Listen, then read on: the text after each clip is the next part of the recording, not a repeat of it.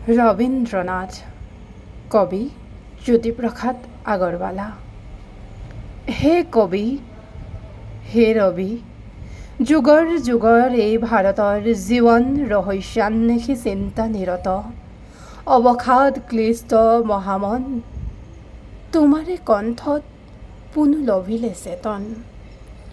অনন্তৰ অন্ত বিচৰা মুক্তি পিয়াসী মহাভাৰতৰ প্ৰাণ, উন্মেষী উঠি তব কবিতাৰ ছত্ৰে ছত্ৰে ছন্দে ছন্দে গুজৰি ধৰিলে গান।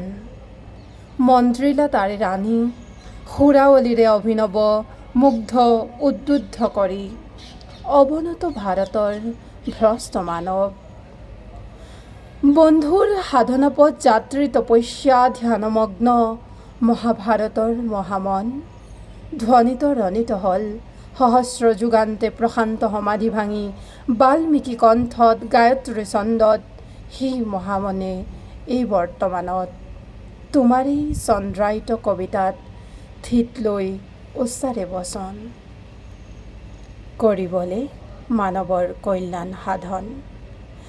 আজি সেই মহামন তোমাৰ মৰণ পাৰৰ চিৰজীৱন আদৰা গন্ধাৱলীৰে দিয়া বন্তিৰূপী চিতাগ্নিৰ পোহৰত দীপ্ত হৈ মানৱাদৰ্শ বিস্মৃতিৰ আন্ধাৰত সনাতন সভ্যতাৰ পথপ্ৰদৰ্শক জ্যোতি হৈ জ্বলক বিশ্বত।